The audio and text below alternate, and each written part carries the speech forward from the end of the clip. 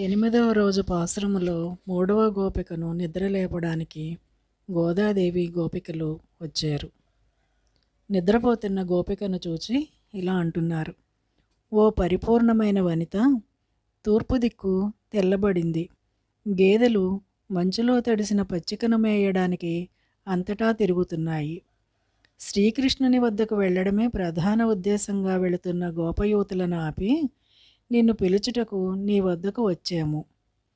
కేసే అనే రాక్షసుని చంపినవాడు నిత్యం సూరులకు ప్రభు అయిన శ్రీకృష్ణుని దగ్గరకు పోయి వ్రతమునకు కావలసిన వాయిద్యమును తీసుకుని గానము చేసినచో మన యందు కరుణించి శ్రీకృష్ణుడు మనకు సేవ సాయించును.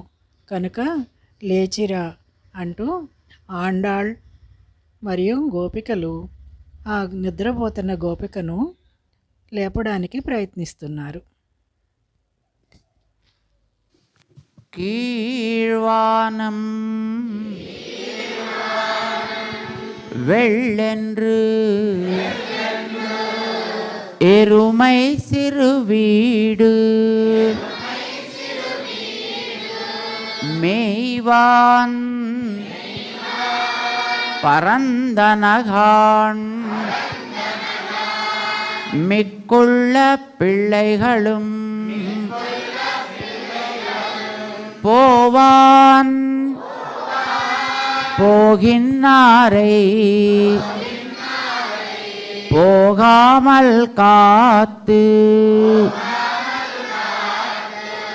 உன்னை கூவுவான்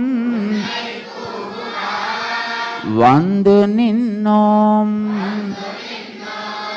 கோதுகலமுடையா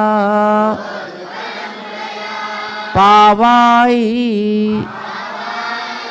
எழுந்திராய் பாடிப்பறை கொண்டு மாவாய் பிளந்தானை மல்லரை மாட்டியா தேவாதி தேவனை சென்று நாம் சேவித்தால் ஆவாவென்று ஆராய்ந்து அருள் ஏலோரெம்பா.